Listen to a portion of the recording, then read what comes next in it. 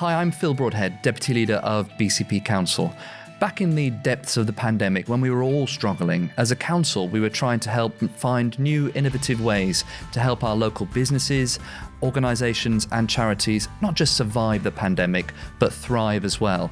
So we challenged them as part of our Bounce Back Challenge Fund to come up with new different projects that would help in that aim. And today I'm delighted, as part of our mini series of podcasts, to talk to Emma from Pen Gallery to find out about their really exciting projects and how they've used that to help not just their business, but their whole area too. Thanks for joining us. Brilliant. So Emma, thank you very much for joining us and giving the time to talk about the journey that you've been on. First of all, could you just tell us a little bit about yourself and about your business as well? So my name's Emma and I'm the creative director of Pen Gallery in Poole, currently in Poole. It is a not-for-profit art gallery and store space. We sell contemporary design wear, homeware, clothing, and we also do a rotation of monthly exhibitions. Everything stocked in the store is local. We started off as just Dorset-based, but we have started growing that a little bit, going down the South Coast as we've found sort of really incredible makers and designers. But exhibition-wise, so far, it's all been Dorset-based artists who are in different stages of their career. So we've had people that have just come out of uni, we've done some grad shows, but we've also had people who are lecturers or have done masters, and a whole range of exhibitions, and we've done 17 so far. 17, yeah. Yeah, it's been and great. I've been really to your premises in Poole, and it's really cool. Thank you. It's really quite really trendy as well, which is really nice. So how long have you been going for? When did it start? So I registered the not-for-profit actually, what date we did? 21st? Mm-hmm. Wow, 2 years ago today. Look at that, yeah. Yeah, nice. So that's good. I registered the business 2 years ago, and then we opened April afterwards when we were allowed to post-lockdown. So I got the keys for the unit in the February, and then it took us 2 months of just faffing around basically to get the space ready. Yeah, which is really funny when I look back at it now, because I'm like, that space wasn't ready. And I still feel like now there's so much I want to do in the space and grow. But yeah, we managed to get open in the April, and yeah, it was great. So tell me about that. So that was pretty much right in the thick of all of the COVID and the pandemic related issues that we were dealing with at the time. How was it for you as a business, as a not for profit, launching during that period? And how was it personally for you as well? It was possibly one of the most stupid things I've ever done. But actually, I think it was the perfect time. Absolutely perfect time. I mean, I was only working part-time during that element of the pandemic because I'd taken on some other work and I had a bit of free time. And obviously there was a lot of free time because I wasn't going out or doing anything. And I realised that I really loved living in Bournemouth and I wanted to stay in the area, but I felt like there was something lacking, and there was a reason I wanted to be here, but I knew so many creative people, and I was like, how can I bring this all together and start something? And during the pandemic, there really was this rise for shopping local and appreciating everything you had on your doorstep, because we were stuck on our doorstep basically. So people were like, oh gosh, there is actually a lot going on here, and how can I bring all of that together? And I thought, well, that was the perfect sort of thing to do, was to put it all in one space and have events when we could have events and run workshops and sort of bring a community sort of into one spot, because I think there's a lot of things going on in Bournemouth that do sort of celebrate that, but it wasn't constant, it wasn't permanent. So you've got like the South Coast Makers Market, which Jo and her family who run that are absolutely incredible, but unfortunately that is only every now and then. Yeah, it's not permanent. It's not permanent. Although at the moment they do have a spot in Bobby's, which is really cool, because that is almost, I think it's almost on every day, which is amazing. Yeah, it's fantastic. And I've been already like 5 times. And you've got the Bournemouth Emerging Arts Festival Fringe, which they do stuff in the summer. But again, I was like, I want all of this all the time. So in my head, I kind of brought the two together. Obviously speaking to both of them, and I've got friends that work with all of them. So it kind of felt like the right thing to do. It does feel like the pandemic was a bit of a platform catalyst, wasn't it? Around the new independent businesses, getting more people to shop local again, connect with their local communities. It just kind of, I mean, we actually found from a council point of view, while some of the main town centres struggled, our district high streets have just boomed. People have reconnected. So it feels like the right time for this type of thing. I think definitely, I totally agree with that. I think people had a bit of time to reflect. And like I said, sort of reflect on what I wanted from my area, and if I was going going to stay here. Like the future was quite uncertain. So maybe if the future was so uncertain, as like I was in an uncertain place, like working and things like that, I was like, well, I might as well try it now because I haven't really got anything to lose. Yeah. At this point, I was sort of working part-time and I was like, well, if this is my like base range or base level, I can sort of project from here and then I can always go back to this and see how it goes. But yeah, it weirdly was a good time, and fundraising for it was not as tricky as I thought. I thought it was going to be really hard because when I think of fundraising, I think of sort of in-person events, but actually Zoom was incredible. Wow, yeah, at the beginning, options, I suppose, when everyone wanted to be on Zoom, so we did a lot of like, back then. we did a lot of like silly like musical bingo nights and stuff like that, and we did a big crowdfunder and just relied a lot on social media and word of mouth, which worked really well. So. And it's clearly worked, hasn't it? So you were there setting everything up just post-pandemic, and as a council as well, we were trying to think differently as well and enable businesses, organisations, charities, not just to survive the pandemic, but to do something different that was going to help the whole area bounce back better. That's why we launched the Bounce Back Challenge. How did you hear about the Bounce Back Challenge and how did you get involved? How did you come across the application? So I started doing a crowdfunder. That's how I originally started raising money. And through that, word of mouth got to a lovely lady called Carol who runs the beef, and she is also involved with the old schoolhouse in Boscombe. Yeah. And I was speaking to her about what she'd been up to, how she had raised money over the years, because she's really great. She's very good at that. Yeah, she's amazing. Carol was super great. We'll go on to another story about excited to be working for her in the future, but with her. But she said to me, have you heard of the Bounce Back scheme? Because they were looking at it, or they'd been looking at all different funding opportunities. And she said to me, I think you've got a really good chance of getting some money here. I really like what you're doing, and this is exactly the type of thing the council were looking to support. So I put in an application and I showed it to her actually, and she was like, you can definitely like push this. You can go further. Like you're doing so much. So I did. Yeah. And so tell me a little bit about what your vision was as part of that application. So it was just to bring constant free art onto Poole High Street, which was kind of a weird concept, I think, at the time. So we took part in the Kingland scheme, which again was a collection of independent businesses trying to drive that. Backed by Legal in General, it was 10 units. 10 units they were basically opening up because the high street, that part of the high street had absolutely collapsed. There was no one there apart from, I think, the original guys. We've got Waves, who are another independent who are incredible. And there was like Specsavers, Millets, and that was pretty much it for that whole section. There was just so many empty units. Yeah. So they opened these 10 units up to independents. They put a call out and you had to apply for them. And then the scheme was basically 2 years rent free. So that was, again, another reason why I was like, this is the perfect time to start Penn, because I had this opportunity and I was like, this is a perfect time to start a business, is not having all of these outgoings, basically, because that can often be the biggest killer. That's the biggest, and it's upfront as well, isn't it? Yeah. So the idea for applying for the Bounce Back was basically, to have free art in those spaces, and to engage with sort of communities locally that potentially hadn't been engaged with that kind of thing before. And I think we've achieved it. So tell me about it. What kind of events have you been hosting? I mean, has it changed from the original vision, I suppose, number one? But how successful has it been? What kind of things, what have you been up to? I think it's changed in the sense that we've like outdone ourselves, really. Like I kind of like was like, oh yeah, maybe we'll do some like workshops and we'll host opening private views for these events, and maybe we'll have like 20, 30 people come, but actually private views, we're seeing like 200 people come. Wow. Yeah, it's absolutely ridiculous. Like the want for this kind of thing in the area is massive. It's pretty clear, really isn't it? big. Yeah. And the workshops get booked out, and we're always getting messages on Instagram from people that consistently come to them like, oh, my friend's down from London, like, can you squeeze her in a seat? And we're like, oh yeah, go on there. Like, so we really have I think the expectation was, for me, being someone that has a bit of imposter syndrome, was quite low. I was like, well, maybe people will come, they might not.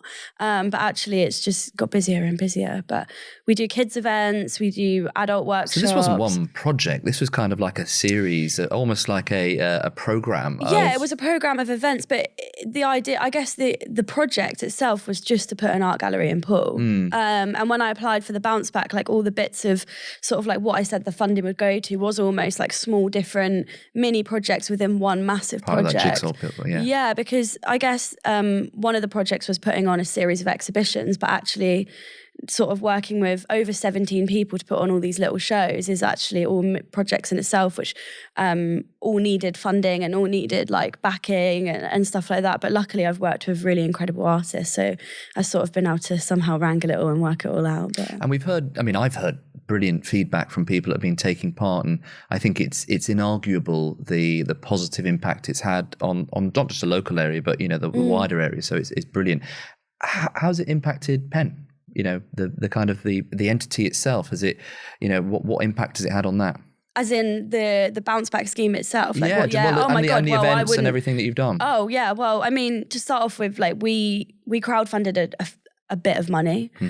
We managed to open the gallery on basically nothing. Like when I talk to other businesses and I tell them how much I started the business, and they're like, what?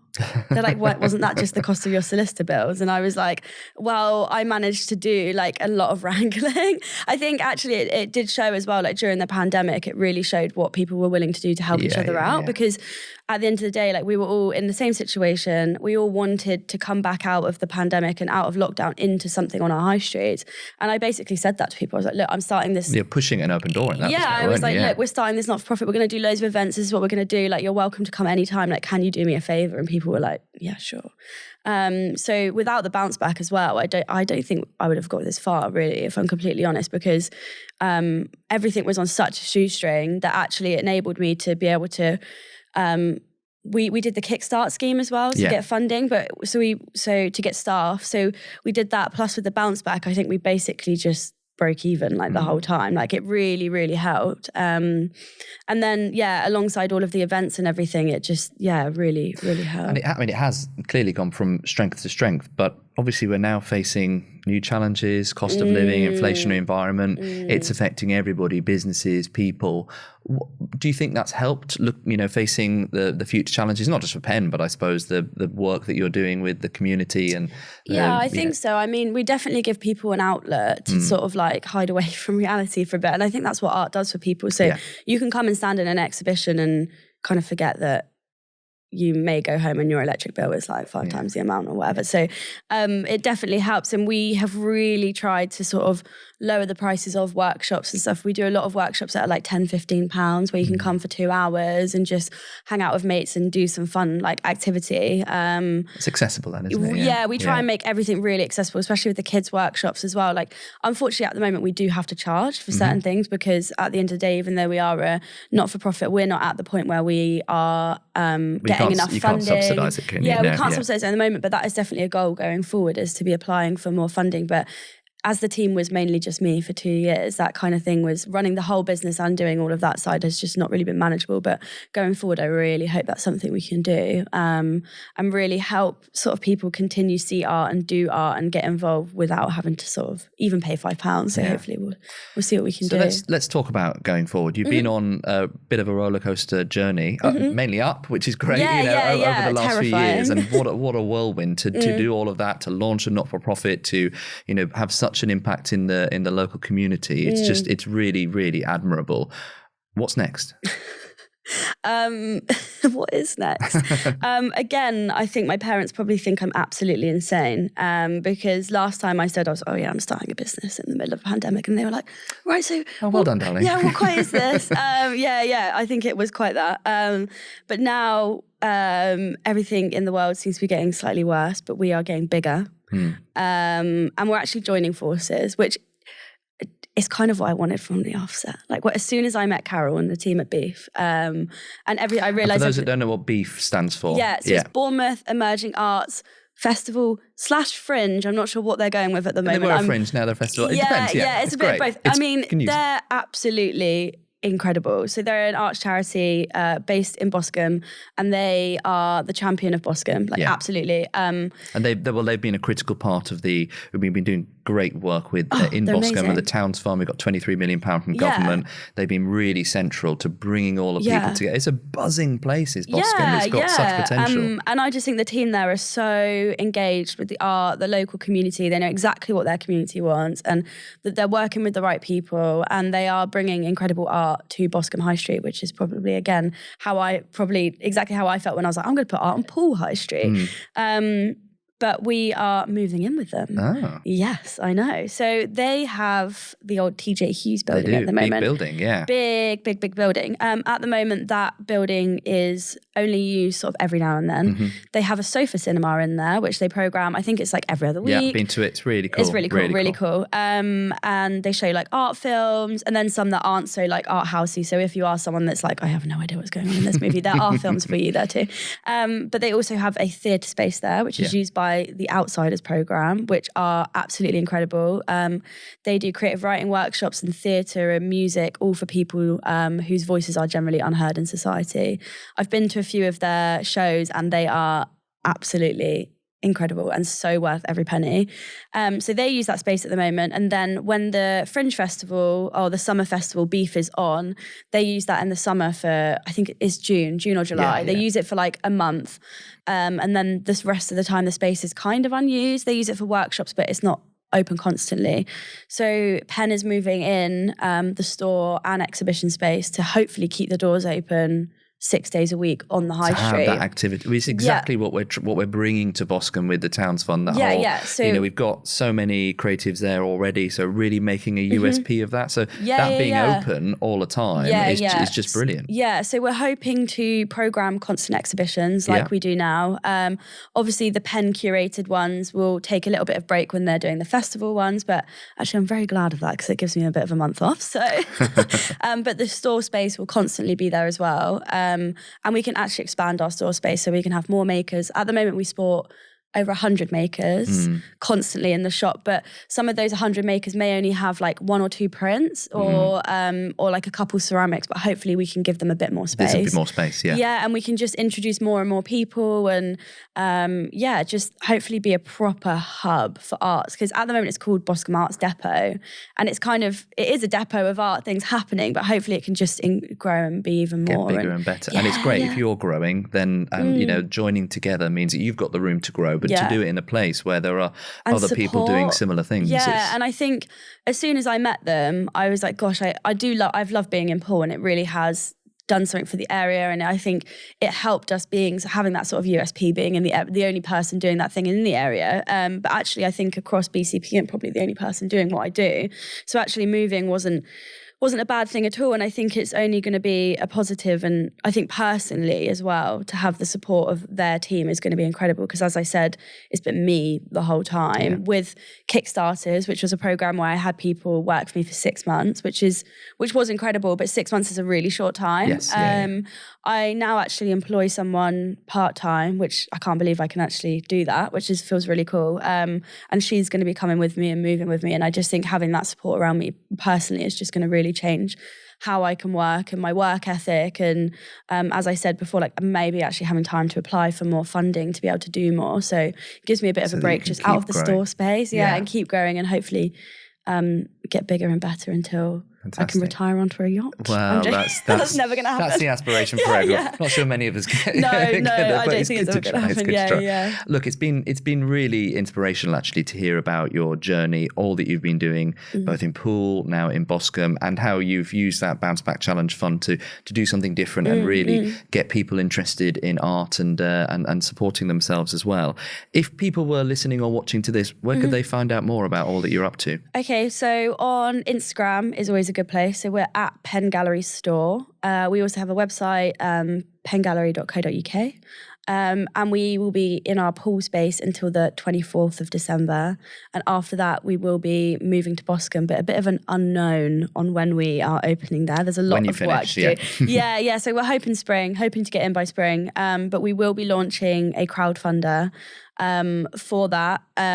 So if you check on our website, there will be details once that has launched. And that just gives a bit more info on like what our plans are and what our goals are and the type of things that we're looking to put there and what we need support on. So things like accessibility, like a disabled toilet, and making sure all our fire alarms are up to regulation, all the fun stuff of running a business. The stuff that I've learned about over the last 2 years. So yeah, that's probably the best place to look out for us. Fantastic. But brilliant. Thank you so much for joining us. Thank you very telling much. us about your journey. Cheers. Thank you. So thanks for joining us for today's episode. If you want to hear a little bit more about some of the other journeys that the businesses have been on as we help them through the pandemic, check out some of the other episodes in this mini-series. And also a big urge to all businesses, charities and organisations in the BCP region.